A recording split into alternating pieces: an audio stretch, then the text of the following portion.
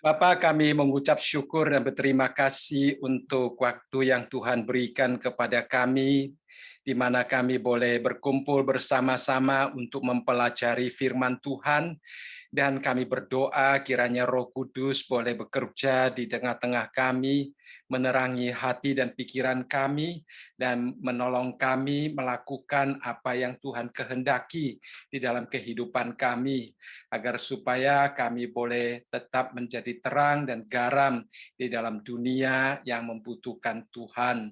Kami serahkan waktu ini sepenuhnya ke dalam tangan Tuhan. Di dalam nama Tuhan kami Yesus Kristus kami berdoa. Amin.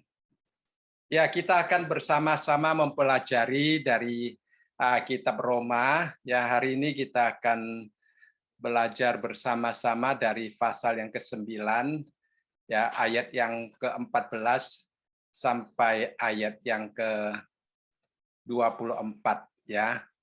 Nah, di sini kita melihat bagaimana kedaulatan Allah sekali lagi dinyatakan kepada kita. Nah, di dalam pasal yang ke-9 kita melihat bagaimana kedaulatan Allah itu dinyatakan kepada kita tentang pemilihannya, tentang otoritas Allah yang mutlak. Nah, dalam bagian ini kita akan melihat bagaimana Rasul Paulus berbicara tentang makna sesungguhnya daripada janji Allah, dan juga dalam bagian ini dia memberikan bukti-bukti dan penjelasan-penjelasan tentang kedaulatan Allah yang mutlak itu, ya. Nah, khususnya kalau kita melihat di dalam ayat yang ke-14, dia akan berbicara tentang keadilan Allah, ya, yang juga minggu lalu kita juga sudah sedikit banyak membahas tentang apakah kalau Allah itu memilih sebagian orang itu menunjukkan bahwa dia tidak adil, ya, dan kita melihat ternyata tidak, dan Rasul Paulus di sini juga menjawab pertanyaan yang sama dan memberikan kepada kita contoh-contoh, ya. Nah, Rasul Paulus juga menunjukkan kepada kita bahwa dalam Allah membuktikan tentang keadilannya di dalam pemilihannya, dia bertindak bukan sebagai hakim yang adil yang sedang menghakimi orang-orang, tetapi dia sebagai pewaris yang memberikan warisan kepada ahli-ahli warisnya.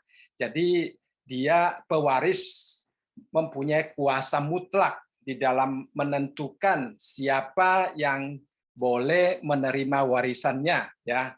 Nah, walaupun seorang ahli waris mempunyai hak untuk menerima warisannya, ya. Nah, kita melihat di dalam dunia kita sehari-hari juga demikian. Kalau seorang ayah tidak bersedia memberikan warisannya kepada anak tertentu, dia boleh tidak menuliskan nama anak itu di dalam surat wasiatnya, ya. Atau kalau dia ingin memberikan warisannya kepada anak A lebih banyak daripada anak B, maka dia juga boleh menuliskan akan rencana dan kehendaknya di dalam warisan tersebut. Nah, di dalam ayat yang ke-14 kita melihat di situ Rasul Paulus bertanya, jika demikian apa yang hendak kita katakan, apakah Allah itu tidak adil? Ya, jawabannya adalah mustahil. Nah, kalau kita melihat di dalam Roma pasal yang ketiga ayat yang kelima sampai ayat yang ke-6, Rasul Paulus di situ juga pernah menyinggung tentang keadilan Allah, ya. Di dalam bagian ini dia katakan, tetapi jika ketidakbenaran kita menunjukkan kebenaran Allah, apakah yang akan kita katakan? Tidak adilkah Allah? Aku berkata sebagai manusia, ya, kita sudah membahas akan hal ini, bahwa jika ia menampakkan murkanya, sekali-kali tidak. Andai kata demikian, bagaimanakah Allah dapat menghakimi dunia? Jadi Rasul Paulus di sini sangat menekankan tentang keadilan Allah, ya. Nah, kita melihat di sini mungkin ada sebagian orang yang bertanya, dan kita sendiri juga bertanya, ya, apakah pemilihan Allah itu akan menunjukkan bahwa Allah itu tidak adil, ya. Nah, Rasul Paulus di dalam ayat yang ke-14 dengan jelas mengatakan mustahil, katanya, ya. Mustahil artinya tidak mungkin, ya, menunjukkan bahwa Allah itu tidak adil, ya. Nah, jadi kita melihat di sini Rasul Paulus ingin menunjukkan kepada kita, di satu sisi dia adalah pewaris, di lain sisi dia adalah hakim yang menghakimi seluruh dunia. Kalau dia adalah hakim yang menghakimi dunia, tentunya keadilannya itu merupakan modal untuk menghakimi seluruh dunia ini, ya. Jadi Rasul Paulus memberikan juga alasan di dalam ayat yang ke-15, ya. Ayat yang ke-15 dimulai dengan istilah sebab. Dikatakan di sini, sebab ia berfirman kepada Musa, aku akan menaruh belas kasihan kepada siapa aku mau menaruh belas kasihan, dan aku akan bermurah hati kepada siapa aku mau bermurah hati. Nah, sebenarnya kalau kita membaca bagian ini, Rasul Paulus dia sedang mengutip dari Perjanjian Lama, khususnya di dalam Keluaran pasal yang ke-33 ayat yang ke-19. Di situ Musa dia berdoa untuk umat Israel, dan Tuhan berkata kepada Musa bahwa dia akan menaruh belas kasihan kepada siapa dia mau menaruh belas kasihan. Nah, kalimat-kalimat yang Rasul Paulus tunjukkan yang dikutip daripada Perjanjian Lama ini menunjukkan kepada kita tentang otoritas Allah yang mutlak, ya. Otoritas Allah yang mutlak artinya dia mempunyai keputusan yang tidak dipengaruhi oleh siapapun juga, baik oleh orang yang menerima kasih karunia-Nya maupun oleh dunia luar. Ya, artinya dia boleh mengambil keputusan berdasarkan kehendaknya sendiri. Dia katakan, aku akan menaruh belas kasihan kepada siapa aku mau menaruh belas kasihan, dan akan bermurah hati kepada siapa aku mau bermurah hati. Nah, ini menyatakan kehendaknya yang sempurna dan rencananya yang tidak dapat diubah oleh baik manusia maupun keadaan. Nah, ini juga seperti namanya yang dia beritahukan kepada Musa di dalam Keluaran pasal yang ketiga, ya. Keluaran pasal yang ketiga, kalau kita membaca ayat yang ke-14, waktu Musa bertanya kepada Tuhan, siapa namamu? Dia katakan namanya adalah Yahweh, ya. Nah, Yahweh itu artinya aku adalah aku. Jadi eksistensi Allah itu tidak dipengaruhi oleh dunia luar, tetapi dia bereksis sedemikian rupa, ya, karena dia memang bereksis, ya, berbeda dengan kita. Nah, kalau kita mengatakan aku adalah ciptaan Allah, tetapi Allah karena tidak diciptakan, karena dia bereksis sedemikian rupa, maka dia boleh berkata aku adalah aku, ya, suatu eksistensi yang sungguh-sungguh mutlak, ya. Nah, ini untuk menunjukkan kepada kita bahwa kedaulatan dan hak Allah yang unik, ya, untuk membuktikan kebenaran Allah dalam menunjukkan belas kasihan kepada siapa yang dia kehendaki. Rasul Paulus di sini juga menggunakan contoh-contoh, ya. Nanti kita akan melihat bagaimana Rasul Paulus menggunakan contoh-contoh bahwa apa yang Tuhan katakan di dalam ayat yang ke-15 kepada Musa itu sungguh-sungguh terjadi di dalam sejarah manusia.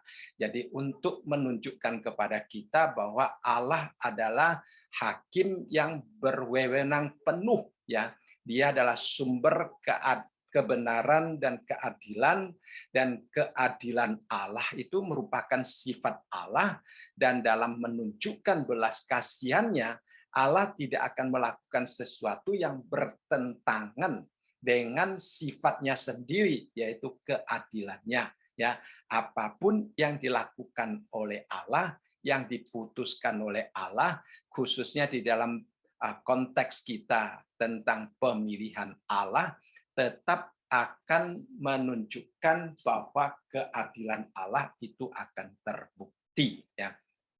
Jadi di sini dia dengan sangat jelas mengatakan, aku akan menaruh belas kasihan kepada siapa aku mau menaruh belas kasihan. Nah, ini berbeda dengan kita sebagai manusia, ya. Berbeda dengan kita sebagai manusia.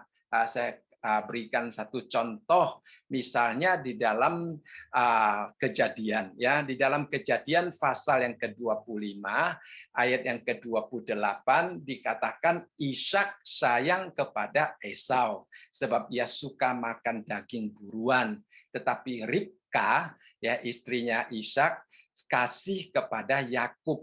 Nah, kita mengatakan bahwa keluarga yang demikian pilih kasih itu tidak sehat, ya. Kita katakan itu tidak sehat. Nah, ini berbeda dengan Tuhan yang menaruh belas kasihan kepada siapa dia mau. Ishak tidak boleh berkata dia menaruh belas kasihan kepada Esau dan tidak menaruh belas kasihan kepada Yakub. Ribka juga tidak boleh mengatakan saya mengasihi Yakub melebihi Esau. Mengapa dikatakan demikian? Karena kasih daripada orang tua itu merupakan kepercayaan yang Tuhan berikan kepada orang tua untuk disampaikan kepada anak-anaknya.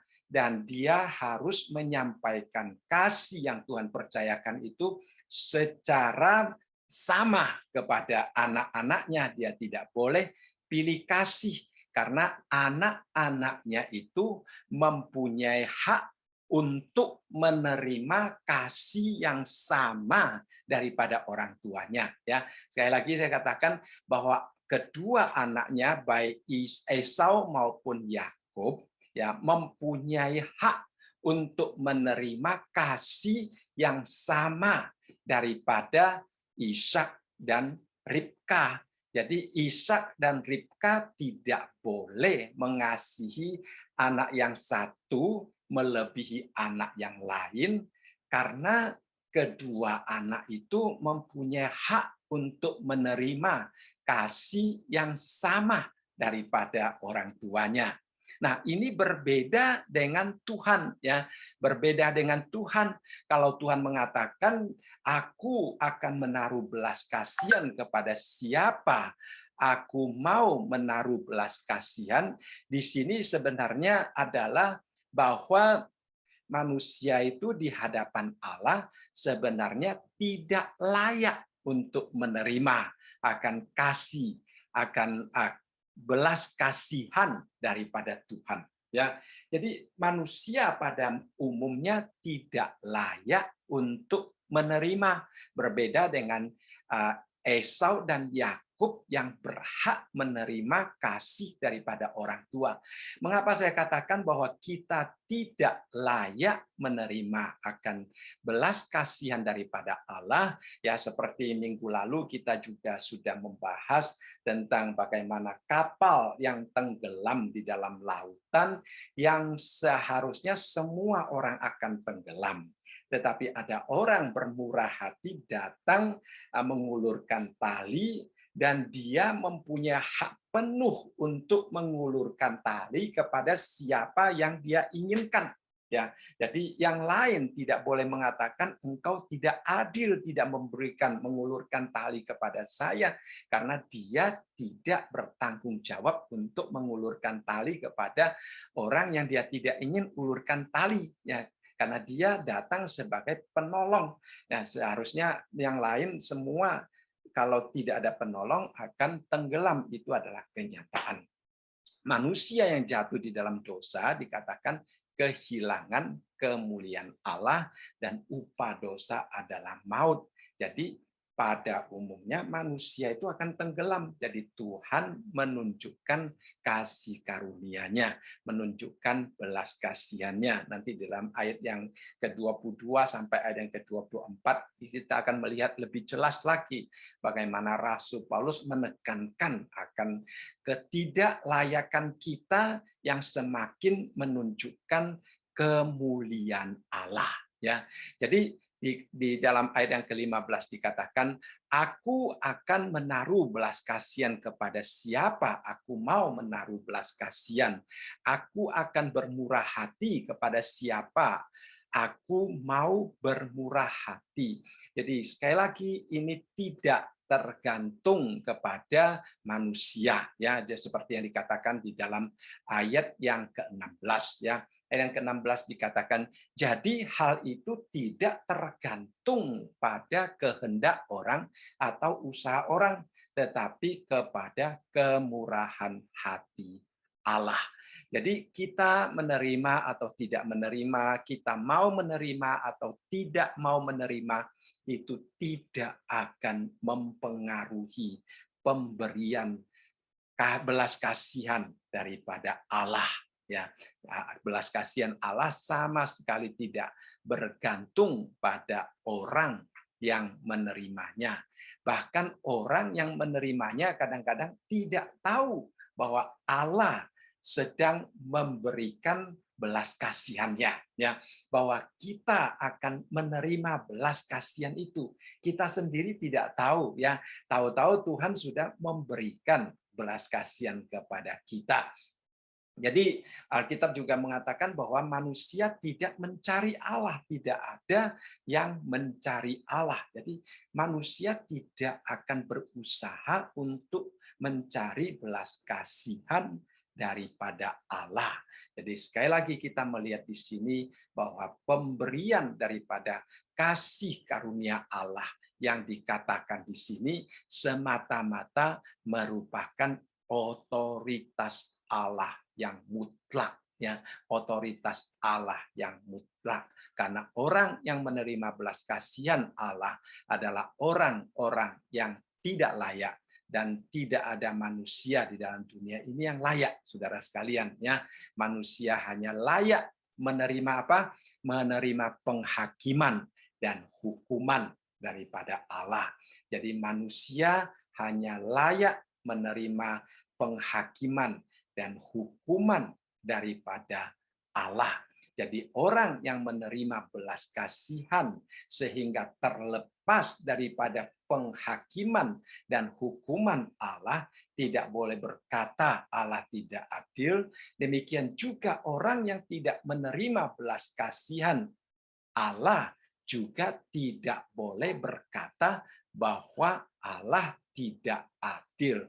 Karena apa, saudara sekalian? Karena keadilan Allah hanya akan membawa manusia pada penghakiman dan hukuman Allah. Ya, sekali lagi, kita kalau mengatakan Allah tidak adil, Allah di dalam keadilannya hanya akan membawa manusia pada penghakiman dan hukumannya. Hanya belas kasihannya yang dia berikan secara bebas menurut kehendaknya, itu yang akan melepaskan manusia daripada penghakiman dan hukuman daripada Allah. Jadi sebagai anak Tuhan, kita berbeda dengan orang lain. Kita menerima rahasia untuk hidup dalam kebahagiaan, walaupun tetap ada tantangan, tetap ada kesulitan yang sama yang kita alami dengan orang-orang tidak percaya, tetapi konsep nilai kita sudah diubah. Cara kita melihat dunia luar sudah diubah. Hati kita sudah diubah. Tadinya hati kita mengalami kekosongan, sehingga pada waktu adanya tantangan dari luar menyerang ke dalam kita, hati yang kosong itu menjadi terjepit, menjadi menderita. Tetapi sekarang karena hati kita sudah dipenuhi dengan kemurahan Tuhan, dengan belas kasihan daripada Tuhan, dengan sukacita yang sejati daripada Tuhan, maka dunia luar tidak dapat lagi menghimpit hati kita, bahkan hati kita yang sudah dipuaskan itu akan memberikan respons yang positif terhadap dunia luar yang tidak kita sukai.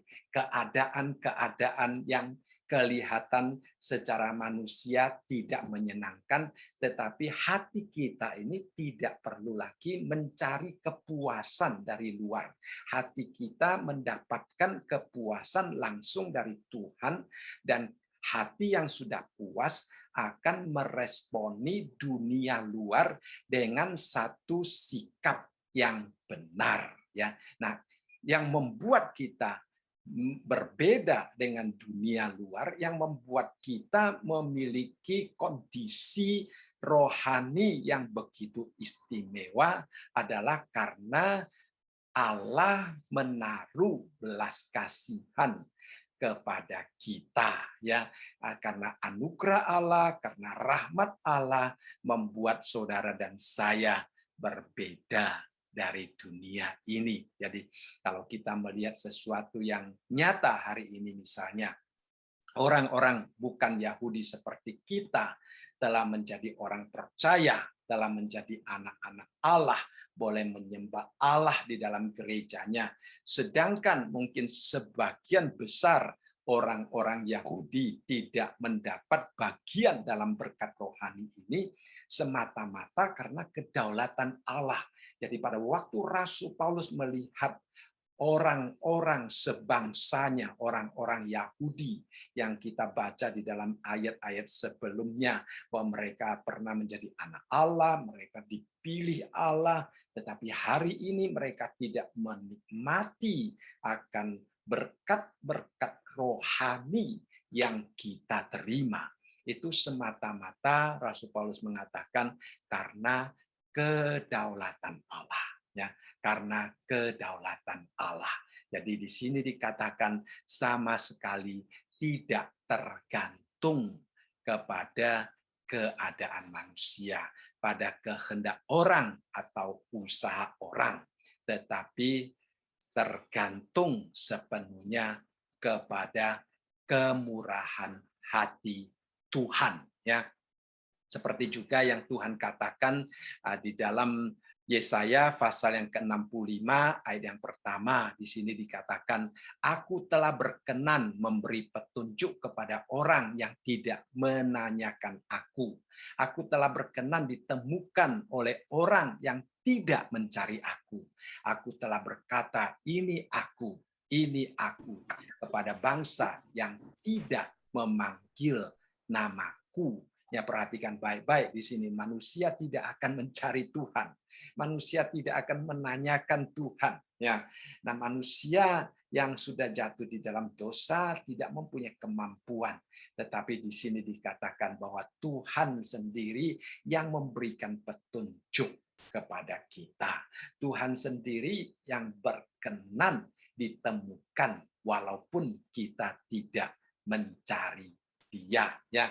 Nah, banyak orang menjelaskan perbedaan antara kekristenan dengan agama-agama lain, ya. Nah, ada juga orang mengatakan bahwa agama Kristen sebenarnya bukan agama tetapi merupakan satu iman, karena definisi yang mereka berikan tentang agama adalah usaha manusia mencari Allah, ya.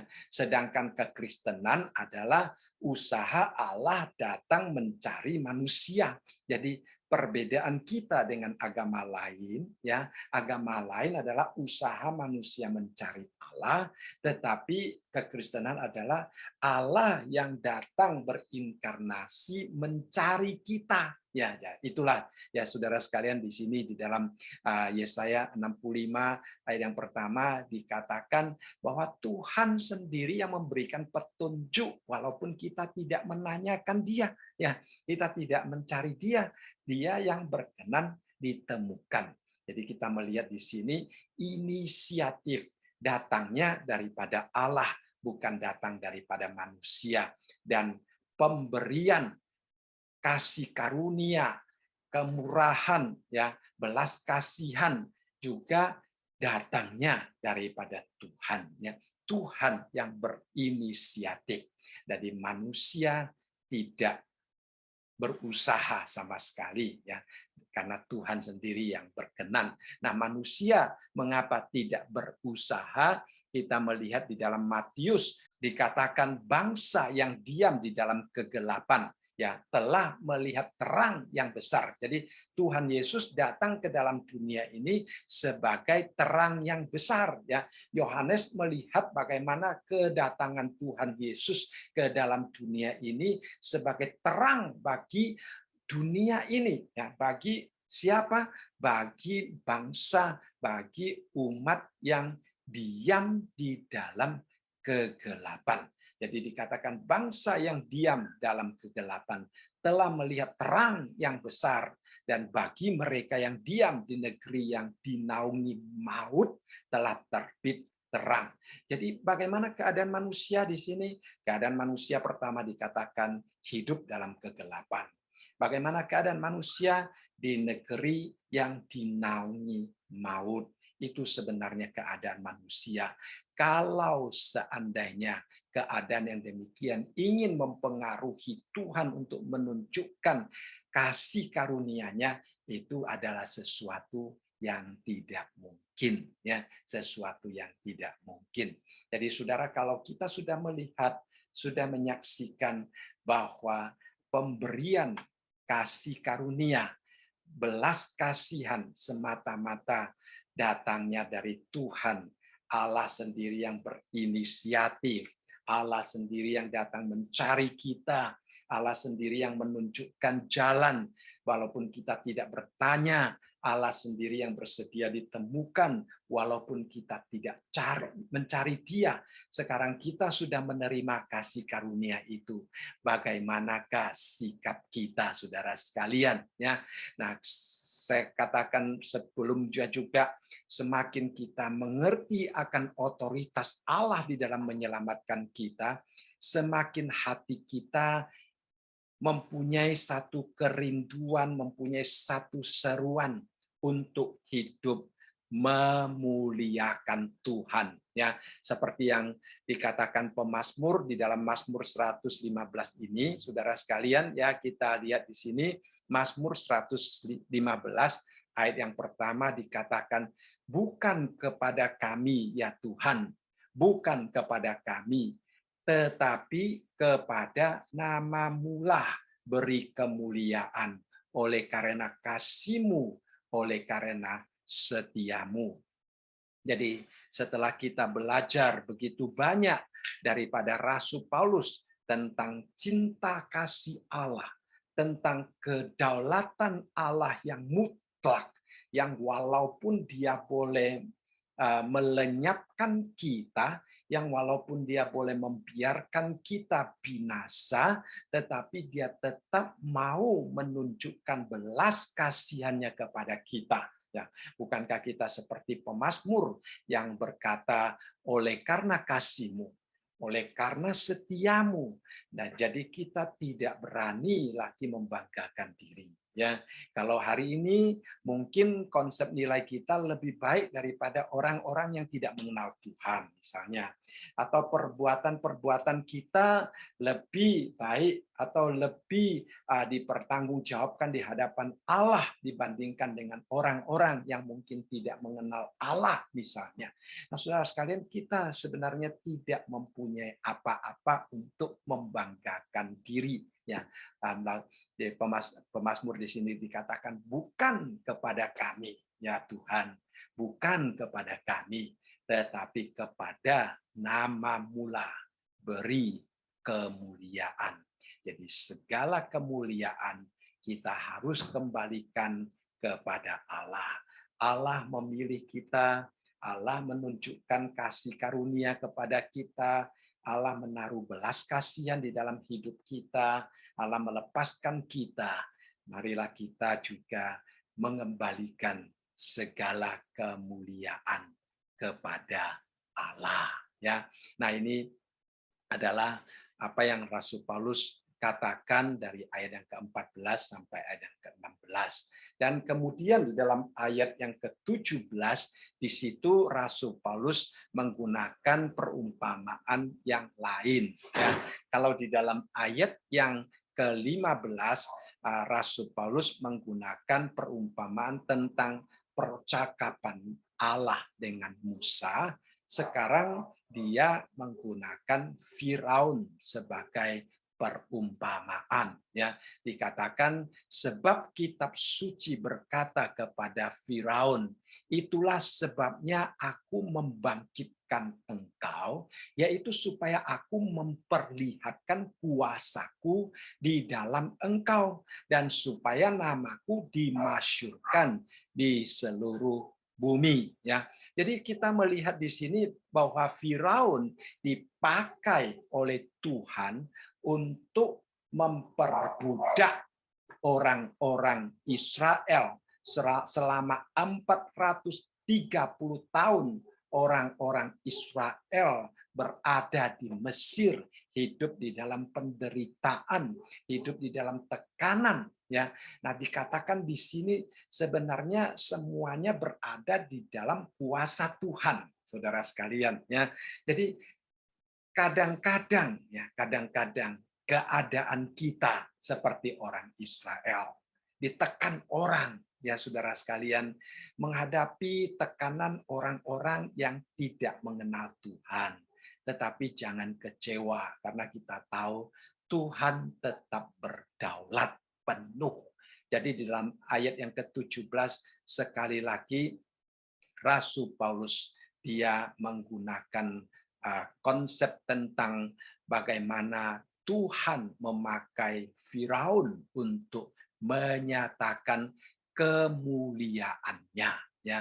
Nah, Rasul Paulus di sini sebenarnya mengutip dari Keluaran pasal yang ke-9 ayat yang ke-14 sampai ayat yang ke-16, ya. Nah, Keluaran pasal yang ke-9 ya yang ada di dalam layar ini, ayat yang ke-14 sampai ayat yang ke-16, di situ dikatakan sebab sekali ini aku akan melepaskan segala tulahku terhadap engkau sendiri, terhadap pegawai-pegawaimu dan terhadap rakyatmu, dengan maksud supaya engkau mengetahui bahwa tidak ada yang seperti aku di seluruh bumi. Lalu di dalam ayat yang ke-15 dia katakan, bukankah sudah lama aku dapat mengacungkan tanganku untuk membunuh engkau dan rakyatmu dengan penyakit sampar, sehingga engkau terhapus dari atas bumi. Ayat yang ke-6 dikatakan, akan tetapi inilah sebabnya aku membiarkan engkau hidup, yakni supaya memperlihatkan kepadamu kekuatanku dan supaya namaku dimasyhurkan di seluruh bumi. Nah, saudara, seperti saya katakan tadi, kadang-kadang Tuhan mengizinkan orang menindas kekristenan.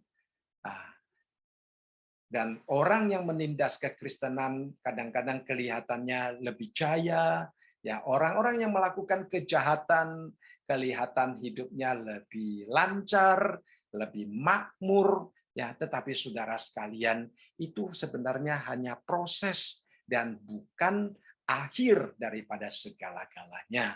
Kadang-kadang kita terlalu melihat proses dan kita melupakan akhir, ya. Nah, Tuhan ingin kita melihat akhir dan jangan terlalu terpaku kepada proses. Ya, akhir daripada semuanya adalah Tuhan akan mendapatkan kemuliaan, dan orang-orang yang mengasihi Tuhan itu akan mendapatkan faedahnya. Ini adalah akhir daripada segalanya. Tetapi dalam proses mungkin Tuhan akan dihina oleh orang-orang. Tuhan mungkin dihujat seolah-olah ketidakpercayaan dan perbuatan mereka kadang-kadang menghambat pekerjaan Allah. Ya, kadang-kadang perbuatan orang-orang yang menekan kekristenan seolah-olah menghambat pertumbuhan gereja, tetapi semua itu diizinkan oleh Tuhan. Merupakan proses di mana semakin jahat, semakin terkenal orang-orang yang berusaha untuk menekan umat Tuhan, ya, perhatikan baik-baik, semakin jaya, semakin terkenal orang-orang yang berusaha menekan orang-orang Kristen, nama Tuhan akan terpancar semakin mulia. Orang-orang akan semakin mudah mengenal Allah, seperti Firaun, ya, seperti Firaun. Di dalam ayat yang ke-15 dengan jelas mengatakan bahwa Tuhan sudah lama dapat mengacungkan tangannya untuk membunuh Firaun dan memberikan rakyatnya penyakit sampar sehingga mereka terhapus dari atas bumi. Nah, Tuhan tidak melakukan demikian, ya. Tuhan tidak melakukan demikian. Dalam ayat yang ke-16 menunjukkan, biarlah Firaun itu menjadi orang yang terkenal terlebih dahulu. Setelah seluruh dunia mengenal Firaun, setelah mata dunia memandang kepada Firaun yang begitu sombong, yang begitu terkenal itu, lalu Firaun itu dijatuhkan oleh Tuhan, maka mata dunia itu akan melihat bahwa di balik orang yang begitu berkuasa ada Allah yang jauh lebih berkuasa. Nah, inilah yang Tuhan maksudkan, sehingga kekuatan Allah, sehingga nama Allah semakin dimasyurkan di seluruh bumi, ya. Karena semua mata yang tadinya begitu bangga dengan Firaun, sekarang mereka melihat bahwa tangan Tuhan itu jauh lebih berkuasa daripada Firaun, sehingga mata manusia akan terfokus kepada Tuhan yang begitu berkuasa, yang mengalahkan dan menghancurkan Firaun. Jadi di sini itulah yang dimaksudkan oleh Tuhan yang dikatakan kepada Firaun, ya, bahwa sudah lama Tuhan dapat mengacungkan tangannya untuk membunuh Firaun, tetapi dia membiarkan, dia tidak melakukan. Ya, ayat yang ke-16 mengatakan, akan tetapi inilah sebabnya aku membiarkan engkau hidup, yakni supaya memperlihatkan kepadamu kekuatanku dan supaya namaku dimasyurkan di seluruh bumi, ya. Nah, kita melihat di sini dikatakan supaya aku memperlihatkan kuasaku di dalam engkau, ya. Jadi apa yang Tuhan rencanakan dalam diri Firaun itu, yaitu supaya kuasa Tuhan diperlihatkan di dalam diri Firaun, supaya nama Tuhan dapat dimasyurkan sampai di seluruh bumi. Jadi sekali lagi, melalui Firaun yang angkuh, yang kejam, yang menginjak-injak keadilan dan kekudusan Tuhan, Tuhan akan memperlihatkan kehormatan namanya dan menyatakan kuasanya. Nah, jika Firaun tidak berkuasa dan angkuh seperti begitu, maka pada waktu Tuhan menghukum dan menyingkirkan dia, kemuliaannya juga tidak akan tersebar sebagaimana yang telah terjadi pada waktu Tuhan memimpin orang Israel keluar dari tanah Mesir. Jadi kadang-kadang kita harus belajar untuk bersabar, ya. Kita harus belajar untuk beriman dan berfokus kepada Tuhan, khususnya pada waktu iman, karena iman kita ditekan oleh orang lain, karena iman kita menghadapi penganiayaan, ya. Kita pada waktu melihat orang-orang yang menghujat Allah tetapi seolah-olah hidupnya semakin jaya, kita harus belajar bersabar, saudara sekalian, belajar berserah kepada Tuhan, belajar tetap berfokus kepada Tuhan, karena kita percaya kalau waktunya Tuhan sudah sampai, ya, kalau Tuhan merasa sudah waktunya Dia memperlihatkan kuasanya, kalau Dia merasa sudah waktunya namanya akan dimasyurkan, saudara sekalian, Tuhan akan bertindak, ya. Jadi jangan kecewa, jangan putus asa pada waktu saudara dan saya menghadapi tekanan dan penganiayaan daripada luar, ya. Kemudian kita melihat di dalam ayat yang ke-18, ya.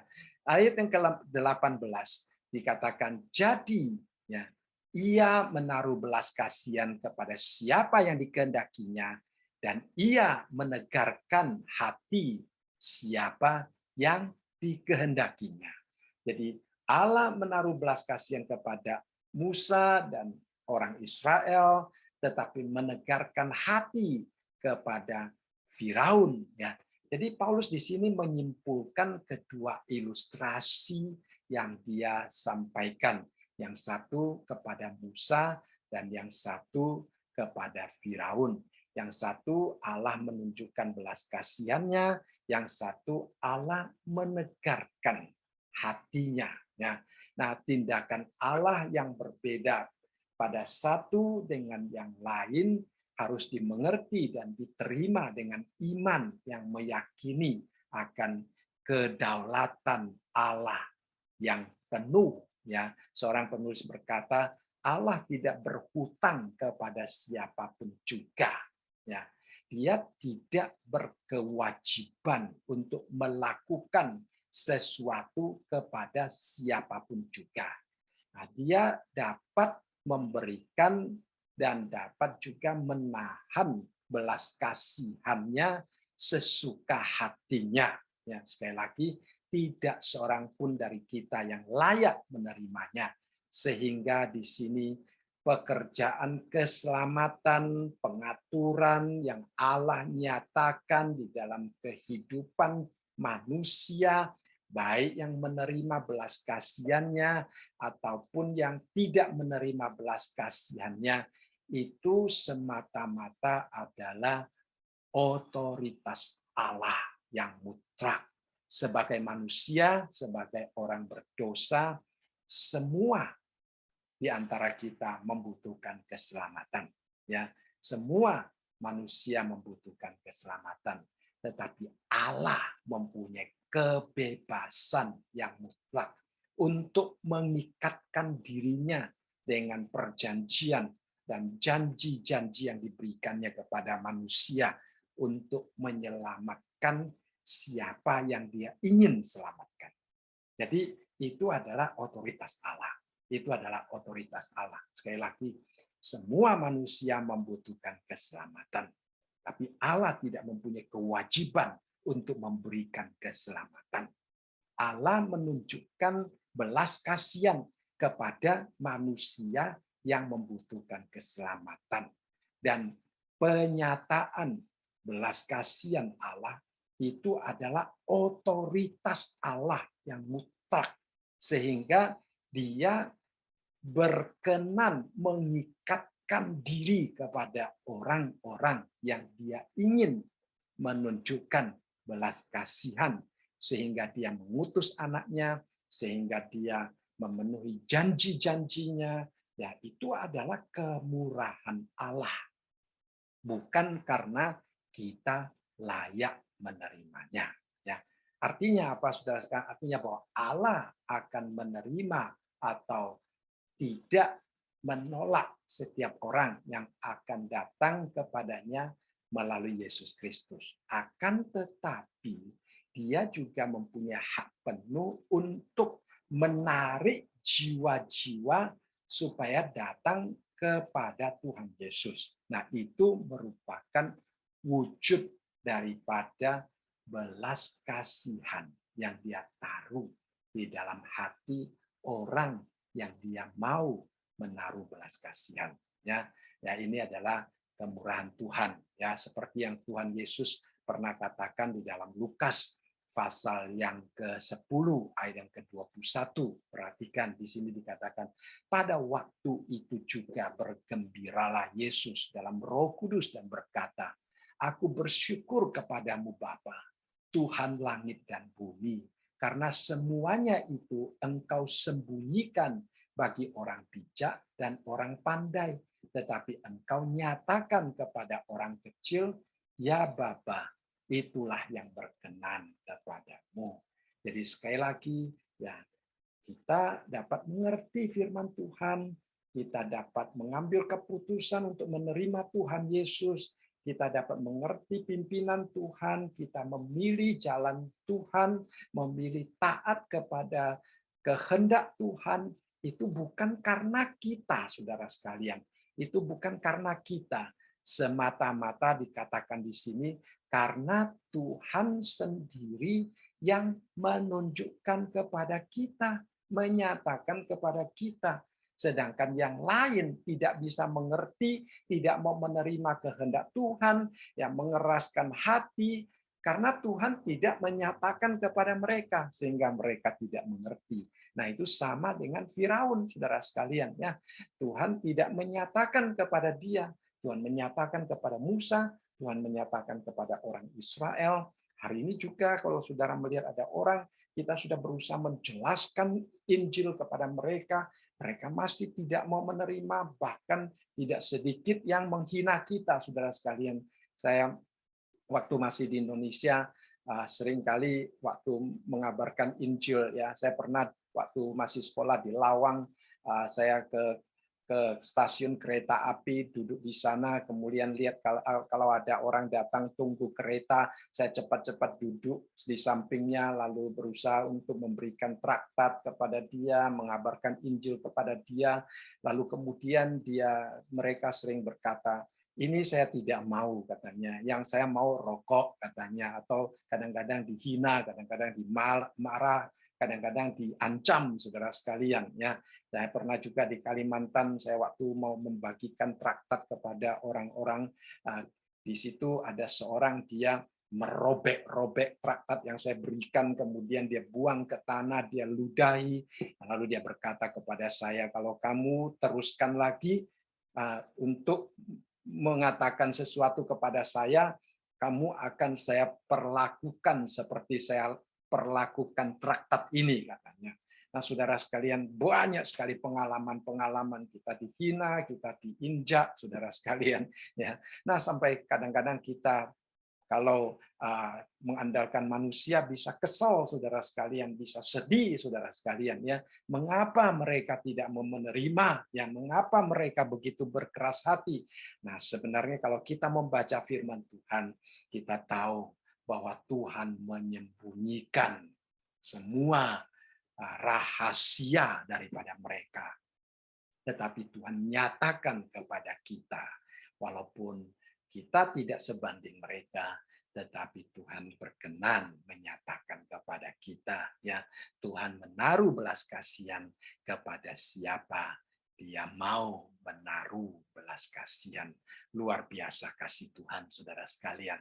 Luar biasa. Semakin saya merenungkannya, semakin saya kagum dengan belas kasihan daripada Tuhan yang mau memilih kita, orang yang sungguh tidak layak ini, saudara.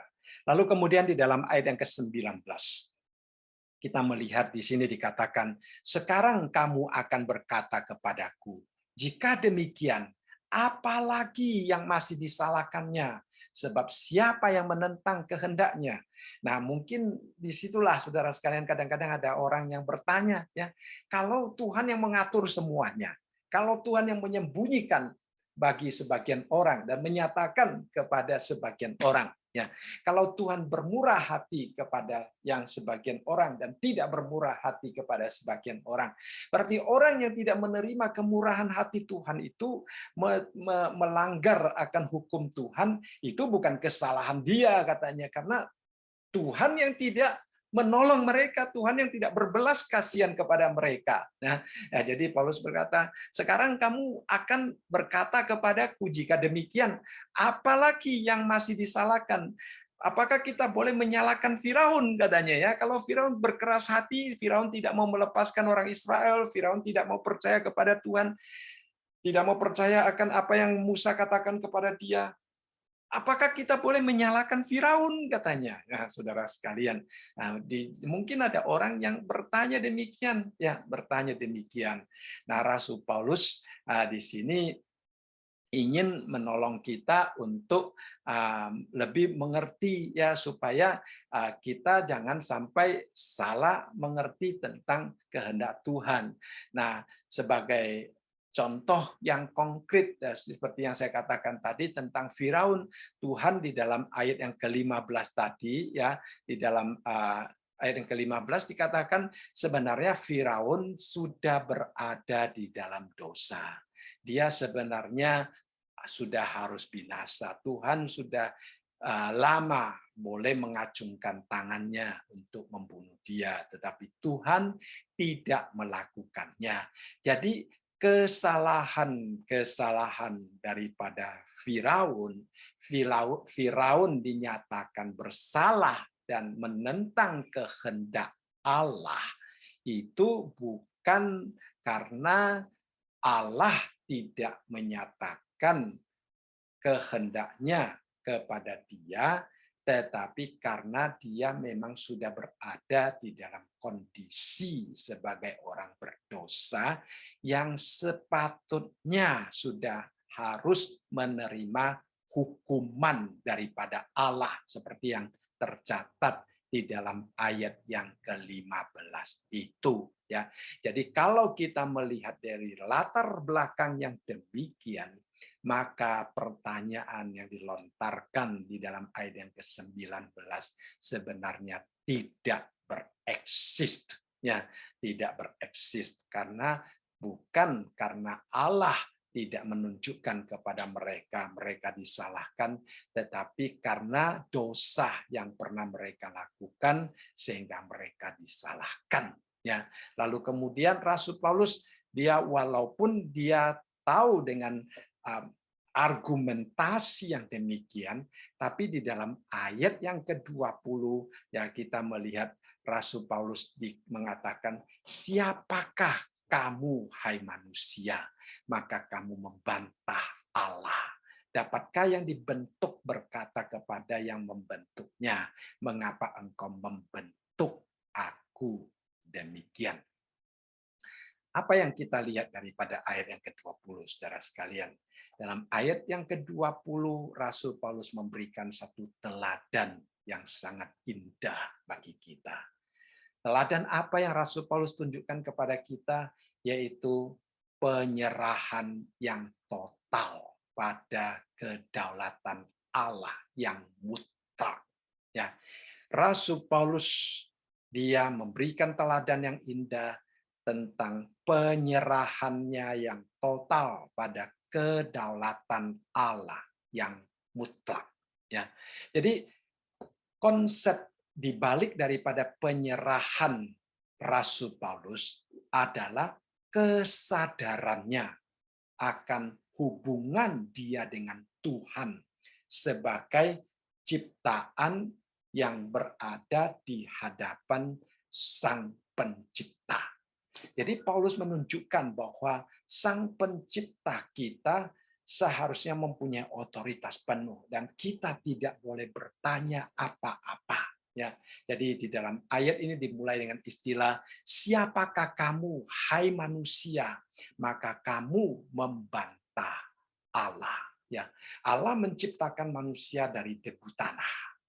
Ya, jadi debu yang tidak mempunyai nilai apa-apa dipakai Allah untuk menciptakan kita sebagai manusia. Dan Allah yang dapat menciptakan kita adalah ingin kita menyembah Dia, ingin kita memuliakan Dia, bukan memperdebatkan pekerjaan Allah di dalam diri kita. Jadi sebagai orang Kristen yang kita pertanyakan di hadapan Allah, bukanlah mengapa Allah membentuk aku demikian. Ya, kadang-kadang kita tidak menerima eksistensi kita. Kadang-kadang ada orang yang tidak mau menerima tentang keluarganya. Kadang-kadang ada orang yang tidak mau menerima pekerjaannya. Kadang-kadang bahkan ada orang yang tidak mau menerima akan perawakannya, saudara sekalian. Jadi kadang-kadang ada orang mengeluh di hadapan Allah seperti dikatakan, mengapa engkau membentuk aku demikian, mengapa engkau menaruh aku di dalam keluarga yang demikian, mengapa ada orang tua daripada orang lain lebih baik daripada orang tua saya, dan sebagainya, dan sebagainya. Ya, nah, Paulus ingin mengingatkan kita, sebagai ciptaan, kita seharusnya taat dan seharusnya memuliakan Allah. Ya, dia pernah berkata di dalam Titus pasal yang kedua ayat yang ke-9, hamba-hamba hendaklah taat kepada tuannya dalam segala hal dan berkenan kepada mereka, jangan membantah. Nah, kalau hamba yang dibeli dengan uang harus bersikap demikian, apalagi kita sebagai ciptaan Allah yang diciptakan dari debu tanah, maka kita seharusnya lebih daripada hamba-hamba manusia, ya sekalian, saudara. Dan kalimat daripada ayat yang ke-20, kalimat yang terakhir dikatakan, dapatkah yang dibentuk berkata kepada yang membentuknya, ya, mengapakah engkau membentuk aku demikian? Jadi Rasul Paulus di sini sekali lagi mengingatkan kita bahwa kita sebenarnya adalah yang dibentuk. Kemudian di dalam ayat yang ke-21 Rasul Paulus meneruskan lagi, ya. Di sini dia katakan apa? Dikatakan, apakah tukang periuk tidak mempunyai hak atas tanah liat untuk membuat dari gumpal yang sama suatu benda untuk dipakai guna tujuan yang mulia, dan suatu benda lain untuk dipakai guna tujuan yang biasa. Nah, saudara, kita melihat benda-benda peralatan di dalam rumah tangga kita, ada yang dipajang di dalam lemari yang indah, tetapi ada juga yang ditaruh di lantai, ya saudara sekalian. Nah, kadang-kadang kita sebagai manusia yang diciptakan Tuhan, Tuhan memakai kita dalam posisi yang berbeda. Ingat, ini hanya proses, saudara sekalian. Ya, di dunia ini kita dipakai dalam tempat yang berbeda, posisi yang berbeda. Ini hanya sebagai proses. Pada waktu kita kembali kepada Tuhan, yang Tuhan lihat bukan apa yang engkau telah lakukan di dalam dunia ini, bukan apa posisi kamu di dalam dunia ini, tetapi apakah engkau setia menjalankan tugas dan tanggung jawab yang Tuhan telah percayakan kepadamu. Jadi itu yang penting, saudara sekalian. Jadi akhir daripada semuanya itu akan sama, ya. Walaupun di dalam proses saudara dan saya berada di posisi yang berbeda, ya. Nah, di dalam firman Tuhan juga mengatakan bahwa kita adalah bait Allah sebagai batu-batu, ya. Jadi ada batu yang ditaruh di paling atas, ada batu yang ditaruh di tempat yang gampang dilihat, tapi ada batu yang ditaruh di paling bawah, ada batu yang tersembunyi yang tidak pernah ada orang mengetahuinya. Ya, jadi kita di dalam kerajaan Allah, di dalam tubuh Kristus, di dalam gereja Tuhan, kadang-kadang ada orang yang berada di posisi yang sangat gampang dilihat. Ada juga orang yang berada di posisi yang sama sekali tidak ada orang melihat. Ya, saudara sekalian, kita tidak perlu bingung dengan hal itu. Kalau kita tahu Tuhan sudah menempatkan kita di situ, kita yang penting adalah setia. Ya, yang penting adalah setia. Setia melakukan tugas kita. Ya, tidak peduli di mana Tuhan menaruh kita, yang Tuhan inginkan bagaimana kesetiaan kita. Nah, di dalam dunia ini, apapun posisi kita, nanti pada waktu kita bertemu dengan Tuhan, Tuhan tidak bertanya berapa banyak yang telah engkau lakukan, tetapi berapa setianya engkau melakukan apa yang Tuhan telah percayakan kepada kita. Ya, itu penting sekali. Jadi Rasul Paulus di sini mengatakan, apakah tukang periuk tidak mempunyai hak untuk tanah liat? Ya, kita tahu ini adalah kutipan daripada Yeremia pasal yang ke-18 ayat yang ke-5 dan ke-6, ya, perkataan Tuhan sendiri dikatakan di sini. Kemudian datanglah firman Tuhan kepadaku, ya, bunyinya, masakan aku tidak dapat bertindak kepada kamu seperti tukang periuk ini? Ya, hai kaum Israel, demikianlah firman Tuhan, sungguh seperti tanah liat di tangan tukang periuk, demikianlah kamu di tanganku, hai kaum Israel. Jadi kita melihat di sini bahwa Tuhan sekali lagi menunjukkan kedaulatannya yang penuh kepada setiap kita. Kemudian yang saya katakan tadi di dalam ayat yang ke-22 sampai ayat yang ke-24 menunjukkan sekali lagi tentang betapa berharganya, ya, kasih karunia atau belas kasihan yang Tuhan berikan kepada kita.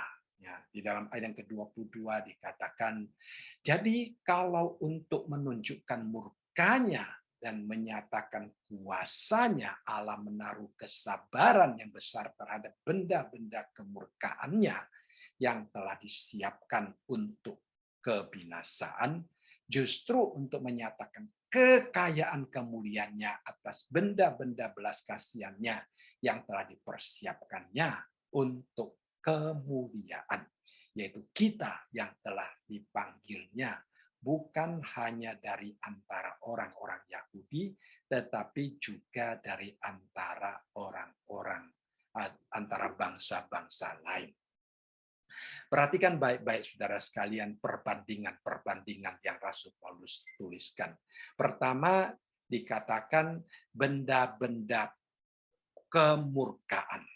Kemudian di dalam ayat yang ke-23 dikatakan benda-benda belas kasihan. Ini adalah suatu perbandingan antara benda-benda kemurkaan dan benda-benda belas kasihan. Yang kedua, yang telah disiapkan untuk kebinasaan. Di dalam ayat yang ke-23 dikatakan yang telah dipersiapkannya untuk kemuliaan. Nah, kembali kita melihat di sini, pertama-tama setiap manusia merupakan benda-benda kemurkaan. Nah, kalau kita membaca bahasa aslinya, benda-benda ini juga dapat diterjemahkan sebagai bejana-bejana. Jadi kalau bejana anggur itu untuk mengisi anggur, ya. Kalau bejana anggur diisi dengan anggur. Bejana kemurkaan artinya bejana yang diisi dengan murka Allah, ya. Jadi kita sebenarnya sudah diisi dengan murka Allah. Kita hidup di dalam dunia ini, tetapi kita dipersiapkan untuk kebinasaan. Itu adalah kondisi manusia. Jadi saya katakan tadi, Allah tidak mempunyai kewajiban untuk menaruh belas kasihan di dalam diri kita, ya. Allah cukup menunjukkan keadilannya. Nah, kalau Allah menunjukkan keadilannya, kalau kita bertanya tentang apakah Allah itu adil, ayat yang ke-22 itu sebenarnya akan terjadi kalau Allah hanya menunjukkan keadilannya, yaitu kita berada di bawah murka Allah dan kita dipersiapkan untuk kebinasaan. Ini adalah keadilan Allah akan terjadi. Tetapi di dalam ayat yang ke-23 menunjukkan tentang belas kasihan Allah. Nah, belas kasihan Allah itu mengubah benda-benda kemurkaan menjadi benda-benda belas kasihan. Dan tujuan kita juga diubah dari yang dipersiapkan untuk kebinasaan menjadi dipersiapkan untuk kemuliaan.